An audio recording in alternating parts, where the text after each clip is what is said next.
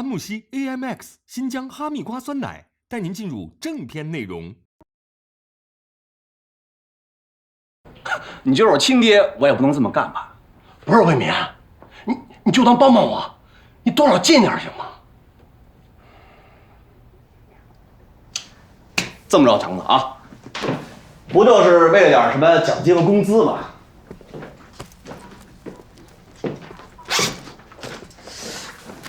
就这些，够不够的你就先拿走吧。这什么意思啊？你挤兑谁呢你啊？不是强子，我这是帮你，你不识好人心啊你！嘿，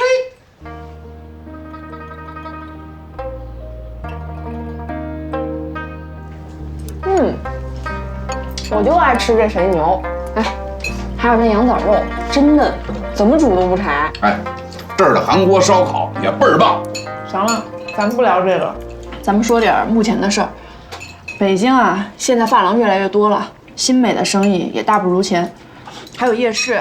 我听工商所的人说，西城区政府为了响应小平同志南方讲话的精神，加大改革开放，要繁荣西单，促进西城区经济发展，让西城区的经济啊更上一个台阶，会出台新的政策，夜市可能面临重大调整。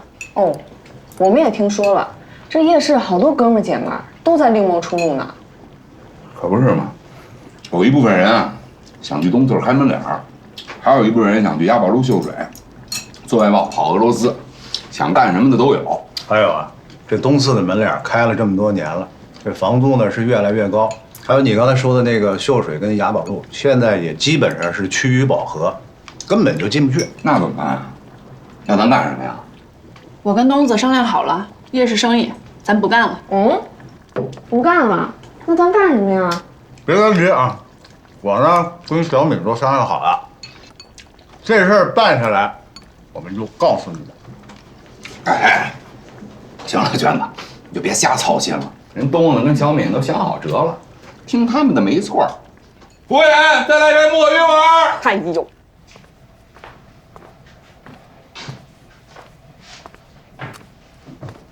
强子，怎么回来这么晚啊？没吃饭呢吧？我就知道你没吃呢，这不给你留着呢。来，还热着呢。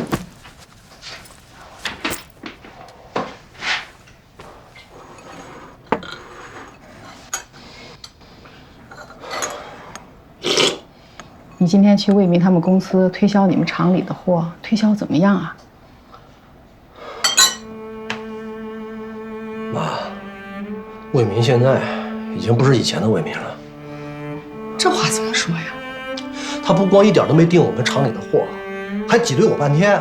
最可气的是，他拿出来一笔钱打发我，把我当要饭的了。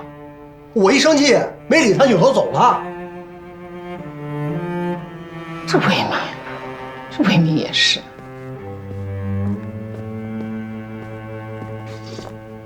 妈，你回来了。回来了啊？吃了吗？没吃，我再给你们做去。吃过了。妈，我们就过来看您一眼，没什么事儿，我们就先回屋了啊。哎，等会儿，你们俩先等会儿。春花呀，你现在可是你们厂里的大拿，肯定和外贸公司呀、批发市场的经理都熟。你能不能呀，帮二强他们厂推销货呀？妈，二强早就找过我了，我也把他们厂子的样品给了好多老板和经理看，可是那些人没一个愿意进二强厂子里货的。是，二强子，哎，不是我说你，就你们厂的那货忒落后了，根本就没人要。你看我干嘛？我跟你说，你们厂子要这么下去，离关门就不远了。我们那是国企，铁饭碗，国家养着呢，奖金拿不到，那工资还能领吗？关门不可能。有什么不可能的呀？这都什么年月了，就没有不可能的事儿。行了，别争了，妈，我们先回去了啊。啊，那你们先回去。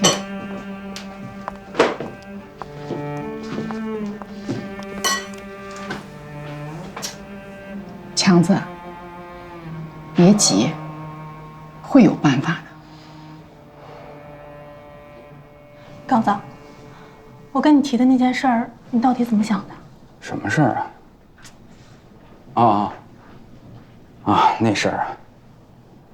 那事儿有点大，你容我再考虑考虑。哎，要不改天找枣儿爷商量商量？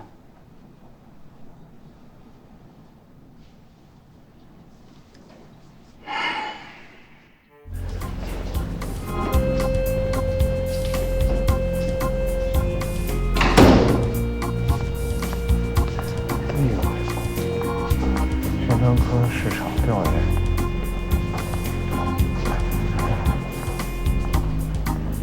应该就是这儿。怎么这么多人啊？后面排着去吧。你后面排着得排到什么时候啊？耐心点儿。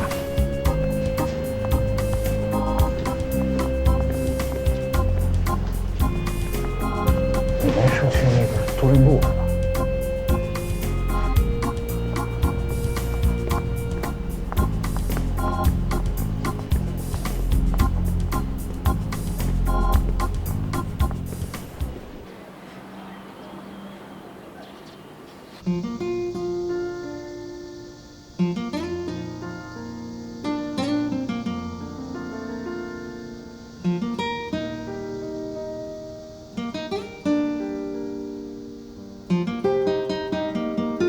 哎呀，等了一整天啊，是连租赁部的门都没进去。哎，你说现在去商场租柜台的人怎么这么多呀？北京现在啊，有很多新起的商场都是这种租赁模式。有钱的大老板把商场一租，就是一片区域整个租下来，然后分成小的摊铺，再租给个体户挣差价。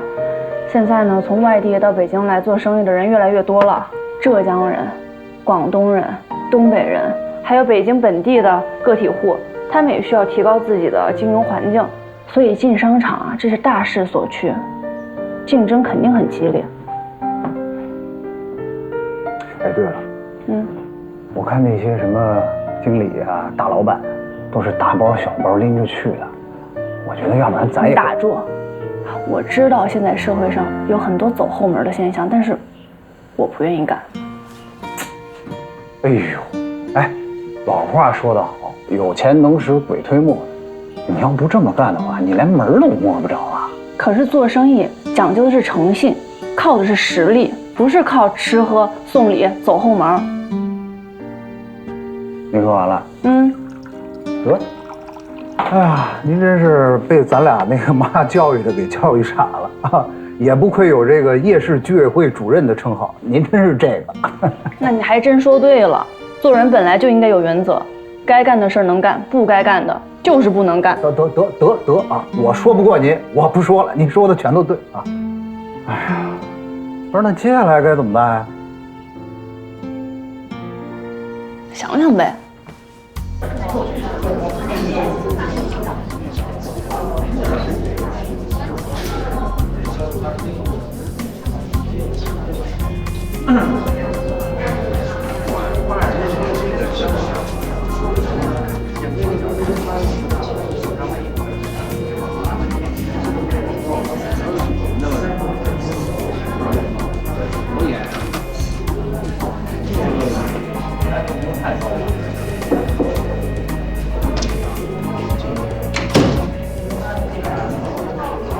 肖经理，久仰久仰啊！您是？我叫林卫东，林卫东啊。林先生，你是哪个公司的？有名片吗？哎呀，不好意思，我没名片。哦，没关系。那您说一下公司的名称和经营的范围。哎呀，是这样，这个，我现在没有公司啊，我是那个咱们大厦对面夜市练摊的个体户。啊，对了，我在西四啊，还有一个发廊，新美发廊，您听说过没有？好像有听说过。你看，林先生，那您今天来有什么事儿吗？哦，是这样的，我想和贵大厦这个谈一下租赁场地的事儿。对不起啊，林先生，我们大厦呢不接待散户，只面对有实力的大公司整租。您要是想做个柜台，可以等以后找租赁我们大厦场地的公司谈。哎呦，小经理，您搞错了，我就是来租场地的，我不是租柜台的。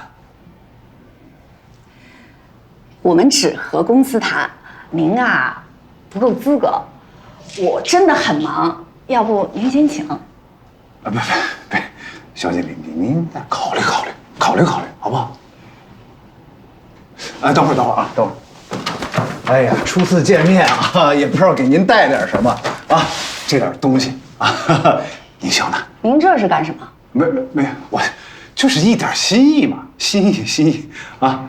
我们大厦有规定，绝不能接收客户的礼物。您啊，赶紧把东西拿走。不是您那，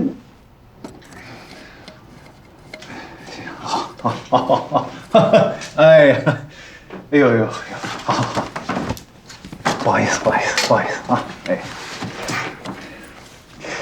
不是您要不然再搞，等会儿。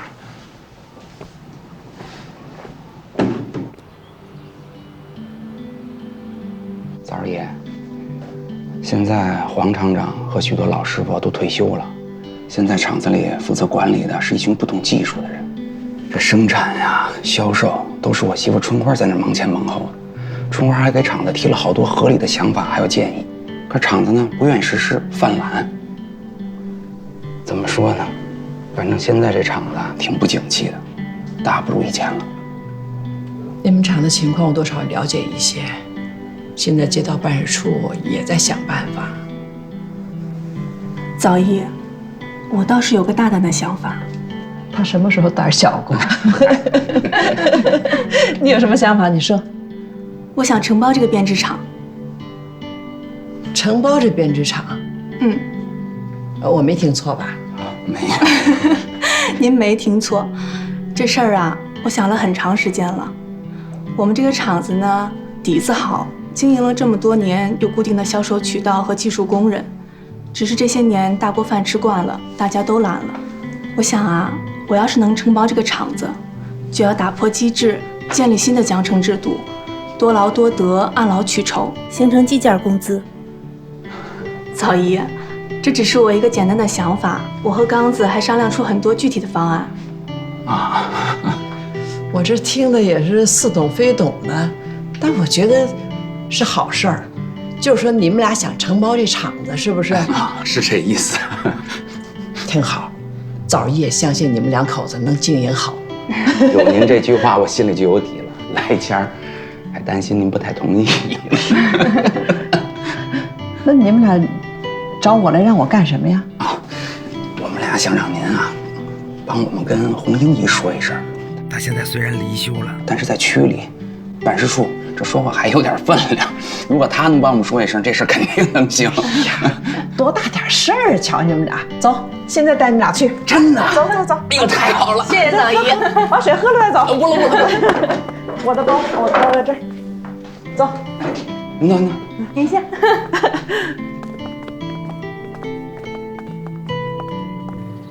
春花，哎，现在由于大家啊，这都吃惯了大锅饭，国营大厂和街道办的厂子人浮于事，不思进取。是到了该改一改的时候了。你刚才的想法非常好，你回去啊，好好整理整理，把它变成文字交给我，这样呢，我向上级领导提交报告。姨，我说一说还行，这要写报告，就我这文化水平，难。没事儿，让小敏帮他们写。哎，对，刚子，美女叫一下小敏。小敏在家。小敏，来，你刚子哥还有你春花嫂子有事要求你。没问题。春花嫂子，刚子哥，咱们进屋说去。哎，好，赵姨、洪英姨，咱们进屋说了。去吧，慢坐。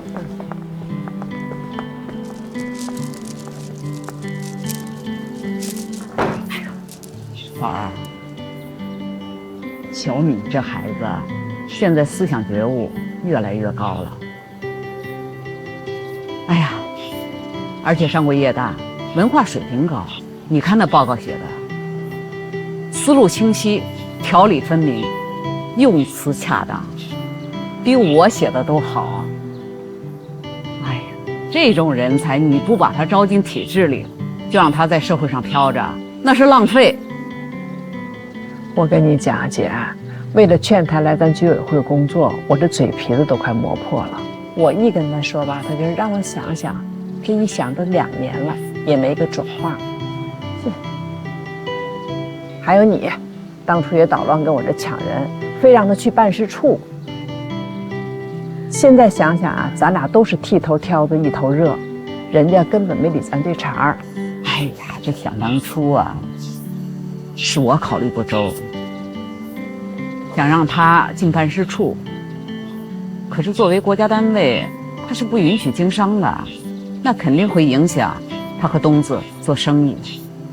后来我想了，这居委会是民间自治组织啊，没有规定不能经商啊，所以我想让他去居委会接你的班儿，那这不就是两全其美的好事吗？所以啊，我现在已经打消了让他进体制的想法，全力支持你，让小敏去居委会。你支持管什么用啊？你这都是马后炮。你跟我急有什么用啊？现在咱俩观点一致，这样，我到时候找个机会，我再跟小敏好好谈。我跟你讲，谈根本不管用。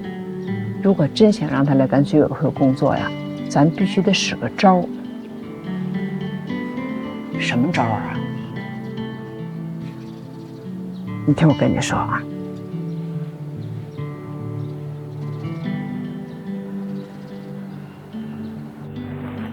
嫂子，我都听明白了，你这个想法真的挺好的。但是如果你要承包一个编织厂，我认为很重要的一点，你们要扩宽思路，引进人才。比方说呢，你在你们厂成立一个设计部，面向社会啊，去招纳有才华的设计师，主要是以那些学习美术、学习设计的年轻人为主。另一个方面，我是认为你们需要大力发展新的产品，然后扩大你们的生产经营。另一方面，你们还需要扩宽一下你们的销路。除了你们现在合作的那些公司啊，你们应该加强你们销售部的能力，要面对全北京全面铺开，通过各个渠道去经营销售。如果这样的话，我觉得你们的厂子应该能焕发新的活力。但最重要的一点，你们一定要开源节流，控制成本，一定要严把你们原材料的采购。小敏啊，你可真是个经商的天才。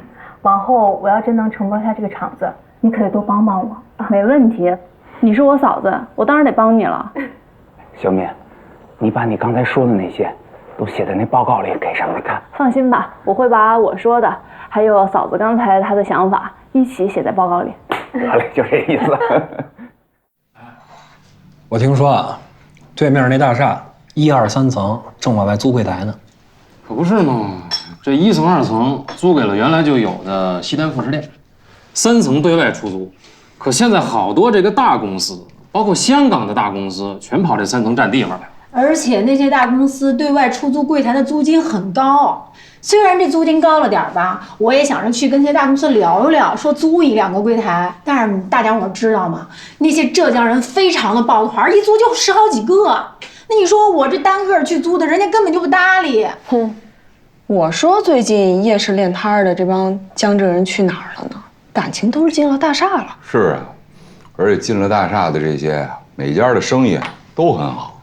这租金虽说贵了点，但是呢，卖价也高啊，对吧？高来高走。再加上这大厦的购物环境冬暖夏凉，也不受这个天气的刮风下雨的影响，卖的货也高档，不像咱们卖的都是地摊货。哎，这老百姓反而更容易接受啊。这话没毛病。哎，对了，民姐，东子，我听说你们俩不是跑对面那大厦谈租柜台的事去了吗？怎么着了？去是去了，可是人家根本就瞧不上咱啊，不搭理咱呀。哎，你等会儿，东子，东子，民姐，我可听说了，大厦4层又开始招商了，这次咱们千万要把握住机会。是啊，东子民姐，咱夜市的一堆人里头，可就属你们2口子最强，你们可得想想办法，看看能不能从那4层圈出一块地来，咱们大家伙跟着你们干。办法不是没想，可是东子，老可是的呀。可是咱这市场要你们姑母俩都没咒念了，那我们哥几个就没戏了啊！是这么个理儿。想折你们俩得。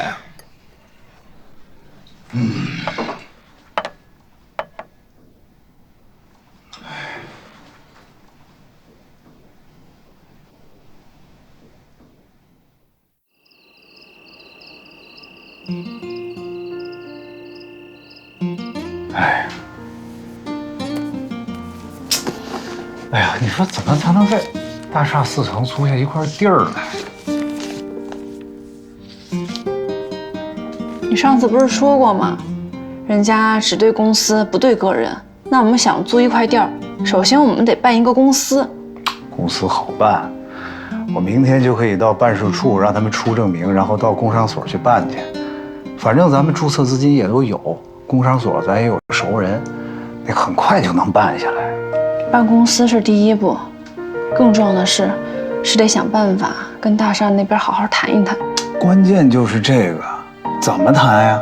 那大厦那些人觉得咱们这些个体户没有实力，干不了这么大的事儿。而且这大厦的租金又那么贵，1层4000多平米，都是分片租。这租小了吧，人家不爱租给咱们；这租大了，咱也没这钱呀。唉。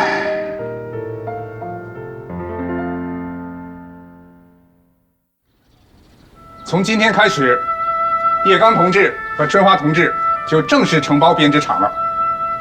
希望在今后的工作中，大家积极配合他们的工作，把编织厂办好。大家鼓掌欢迎！好。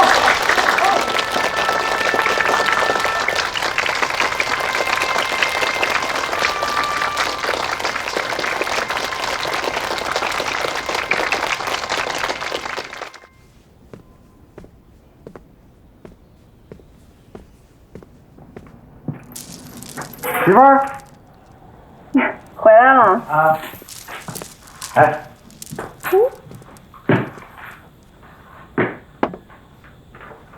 哟，这么快就办下来了？我办事儿多痛快啊！吹吧你就。可以啊，经营范围这么全呢？那是，那个工商所的人让我填经营项目的时候啊，我把能想到的我全给填上了。管他干不干，先占上，万一呢？是不是？聪明。哎呀，哎，咱这现在照也办下来了，公司也有了，咱下面该怎么办呀？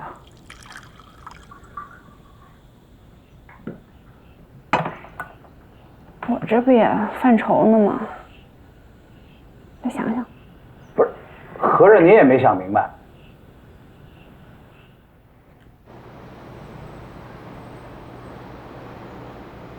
好，散会。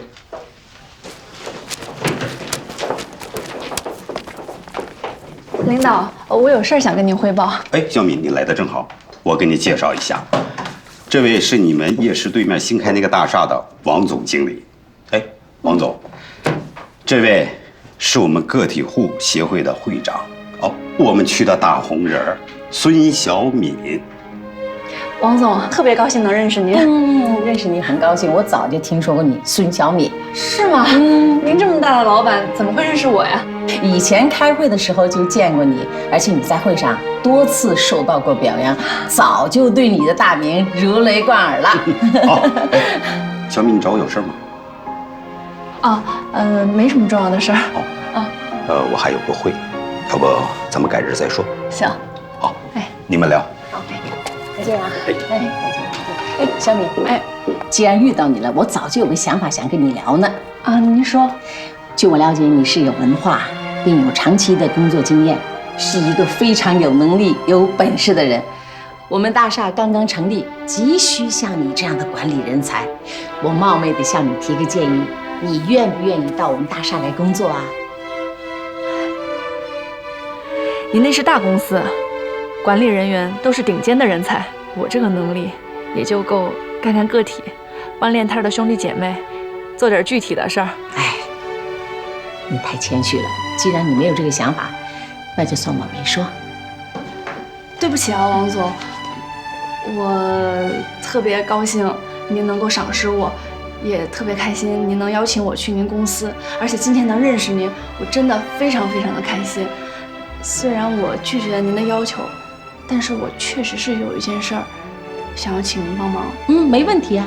可是今天太晚了，回去呢我还有个会要开。这么着，你明天呢到我办公室来，咱们具体谈，好吗？啊，好的好的，好，谢谢。你说你见到大厦的王总？是啊，你说巧不巧？我去区里开会，他也去了。本来呢，我还想找区领导说一下，我想在大厦租场地的事，让他们帮帮忙。没想到这一下就撞到庙门上了。哎，那王总还说他早就认识我，还想请我去大厦工作呢。我跟你说啊，这就叫什么？山穷水尽疑无路，柳暗花明又一村。能跟大厦的王总认识，而且他还这么赏识你，我跟你说这事儿啊，齐了。那你也别高兴得太早了，人家只是说明天让我去办公室谈谈，至于谈什么，他也没想清楚。万一我说租场地，人家给我拒绝了呢？哎呀，不能够，那大厦租谁不是租啊，对不对？他能租给别人，他为什么不能租给咱呢？对不对？况且他对咱是知根知底的啊。反正我心里是没底，走一步看一步吧。我跟你说啊，甭管怎么着，这就是一个好的开始啊，最起码咱见到本主了，对吧？哎呀，就跟今儿这天儿一样。王总，哎，这位是我的爱人林卫东。哦，你好。哎，王总你好，你好，久仰久仰久仰。您坐，您坐，您坐，您坐，您坐，您坐。欢迎。小米啊，有什么事儿咱们开门见山的直说。是这样的，王总，西单夜市马上面临改造，我想这件事儿您应该知道。我知道，区里对西单大街西边的所有场地有整体的规划。西单大街一直都面临着东边的店铺生意好，西边的店铺呢就生意一直做不起来，确实也是该进行大规模的改造了。小敏，你在这条街上经营了很多年，问题看得很透彻。现在的问题呢是，西单夜市练摊的个体户们马上就要面临无处可去的情况了。我是区个体户协会的会长，所以他们呢也希望我能够给他们找找出路。我了解到贵大厦是以租赁为主要的形式，有很多的公司还有大老板，他们都在您这儿租场地。我就想，是不是可以把我们夜市还有协会的那些生意做得好的、有信誉的优良商铺组织起来，到贵大厦去经营？好啊，小米，你这个想法很好。这样不光解决了这些个体商贩经营场地的问题，而且这些个体商贩有长期的经商经验和固定的客户群体，他们来大厦经营，会给大厦带来大量的客源，能够繁荣商场的经营品种，使我们新开的大厦能够迅速的活起来。王总，您说的太对了，您放心，我们一定会遵守大厦的规章制度，严格管理，合法经营。我相信有小敏这样个体户协会的会长在，我相信你们会做到的。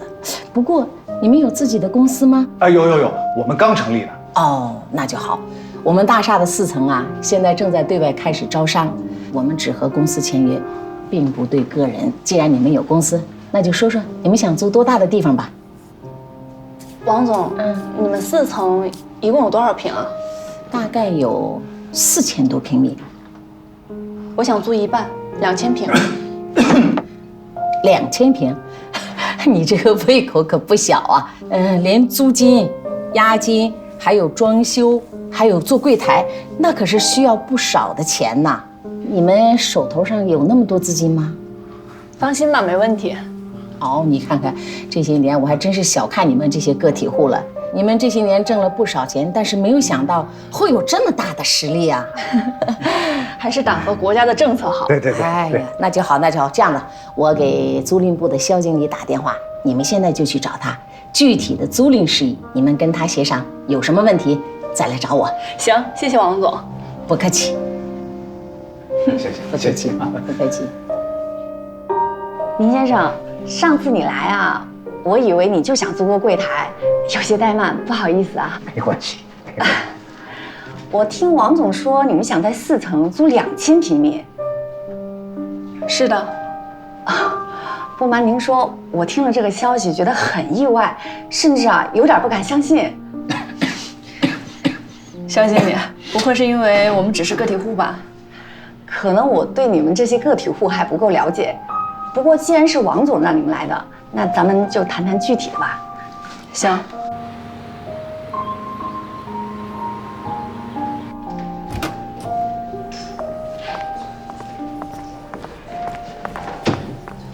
小祖宗，你疯了！2000平米，咱哪有那么多钱啊？回家再说。回家说，咱也没这么多钱呀。回家再说，相信我。你回家说，咱也没有那么多钱。哎呀。小敏，你想租2000平米？你这说梦话呢吧？是啊，小敏，这么大一笔钱，那砸锅卖铁也凑不齐呀。哎呀，让我媳妇儿讲话呢，让我媳妇儿先说。啊，说。你们都先别着急，先听我讲。如果我们就租180平，那只解决了我们自己的问题。可夜市上还有那么多兄弟姐妹，他们不能眼巴巴看着咱们不管他们呀，对吧？那如果我们租了2000平呢？那就意味着夜市上的兄弟姐妹都能进商场，还能解决个体户协会很多人的问题啊。媳妇儿，你这想法太好了。但是钱怎么办呀？我算过了，2000平，一共能分摊出100多个商铺。现在大厦给我们的价格是1平米2块5。现在3楼有一些公司对外出租他们的柜台，价格都到了6、7块。咱们4楼楼层高一点，价格可能低一些。再加上咱们照顾兄弟姐妹，就给他们按5块钱，他们肯定也是能承受的。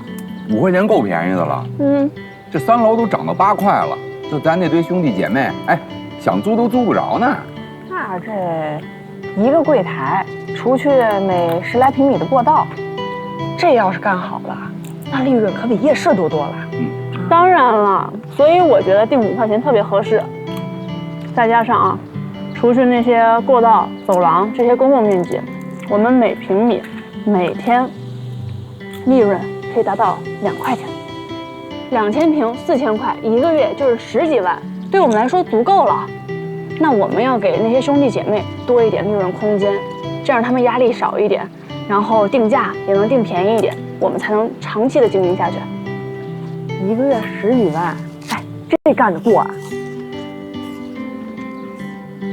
这先等会儿，那个押金就得交3个月，对吧？1个月上交租金，加上装修还有做柜台的钱，里里外外得70、80万呢。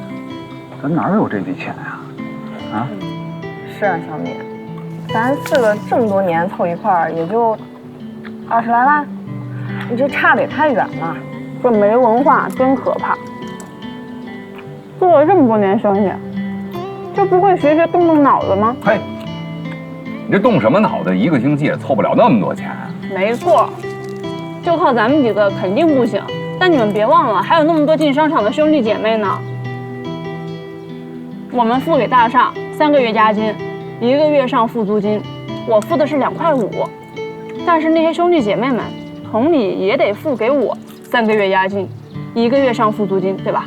他们给的是5块，你们算一算，100多个商铺，我们能收多少钱？100多个商铺，100多个的话，能收多少钱？行了，甭算了，特简单。1个月利润10几万，我们现在有3个月押金，1个月上付租金，那相当于我们预收了4个月的利润，这样加起来就是40多万。然后我们每个摊位还得收他们适当的装修款，这合在一块儿，70、80万不就有了吗？小米，你也太聪明了，咱怎么没想到呢？是啊，这1个月10几万。这1年就是100多万呐！那咱发大发了，可不是吗？怎么样，还是我媳妇儿厉害吧？谁让我媳妇儿是会长呢？来，为了会长，咱呱一呱。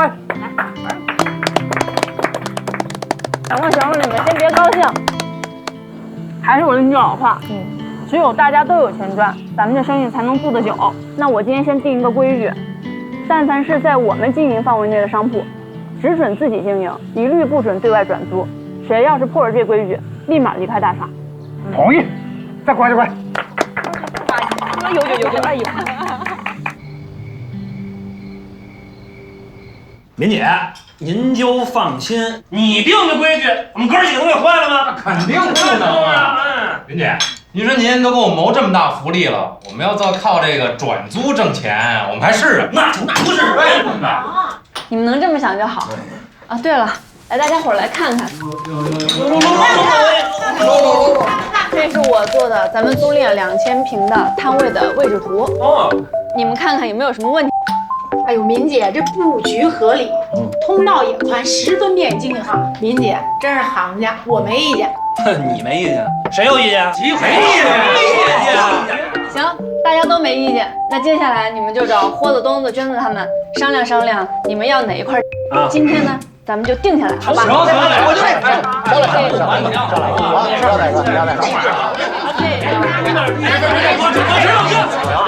我就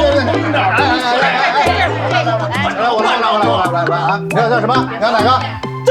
这好。哎，5、6个。那边上那个东西好嘞，好，有5个。你这个好。国庆上面那个，对，好。哎，对，就这个。你们好嘞，都挨着。好了啊，既然大家都选好了啊，那大家回去麻利的准备交钱签合同，怎么样？好。抓紧，做大戏喽！赶紧的！行。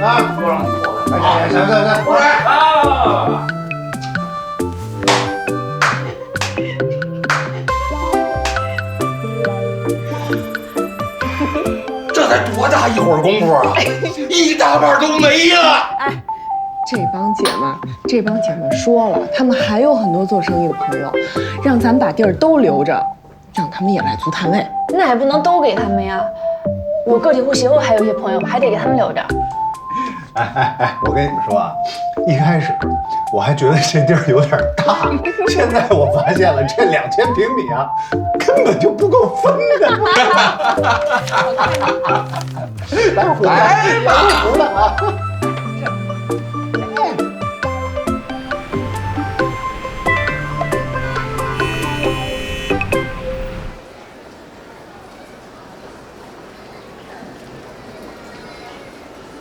小米啊，很不错，布局合理，场地宽敞明亮，所有售货员专业，而且很热情，一看就是经过专业培训的。看来你们这些年长期在一线的经营者很有经验啊！您客气。谢谢王总夸奖。哎，不是我夸奖你，你们这个商区给全大厦各个商区都起到了模范作用。肖经理，小敏他们这个商区的经营理念和方式，要迅速的在全大厦各个商区进行推广。好的，王总，我马上组织各商区的经理向小敏他们学习。王总领导的好，王总领导做得好，谢谢王总，谢谢王总。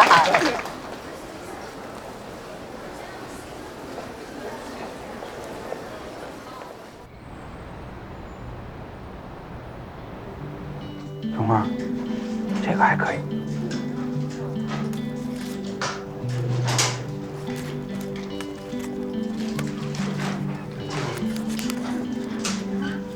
不要变了，因为它这个不美观，您觉得呢？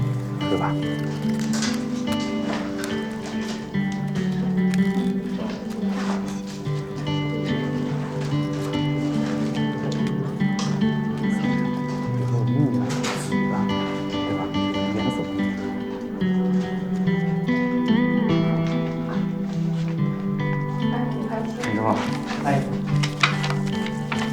陈师傅，你这个月辛苦了。哎呦，谢谢您。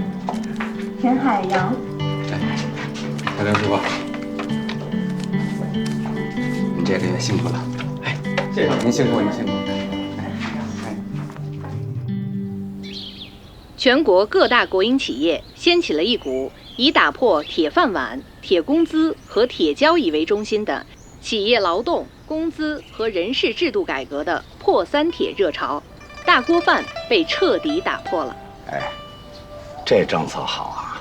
好是好，我们家二强子的工厂，还有我以前工作过的纺织厂呀，那生意是越来越差，生产出来的东西啊，那根本就卖不出去。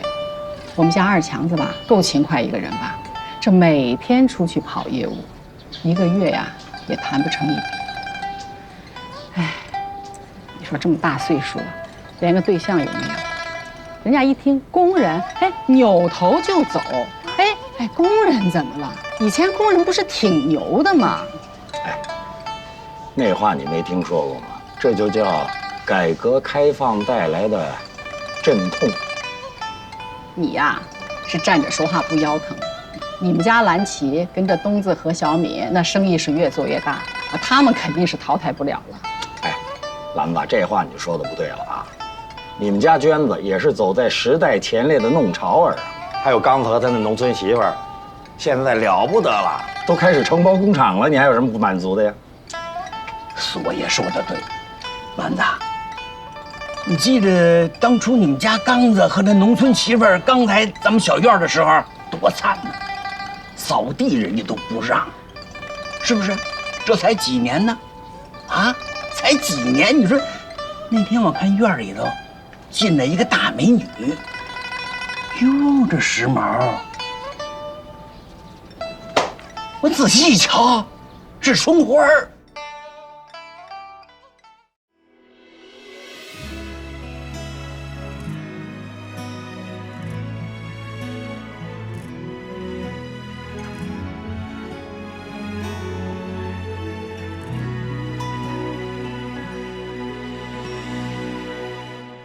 窄窄的月光，高高的院墙，蜿蜒的街巷，流转着时光，日子就这样悠悠的生长，鲜花看家常，慢慢讲。世事的哀愁与伤，2盏3杯暖胸膛，爱能熬成汤，纷扰都被原谅。遗忘留在胡同里的微笑，让几分转弯抹角。有一种和睦安稳在心底不被打扰，穿过胡同的那只歌谣，4、9成的寂静与喧闹，老树屹立不倒，守着记忆不老，留在胡同里的微笑，新时代吹响号角，门外飞驰的少年依然为理想奔跑，穿过胡同的那只歌谣，4合院的寒夜与春宵，在这斑驳的岁月里刻下记号。天空四方，屋里暖洋洋，摇曳在风中。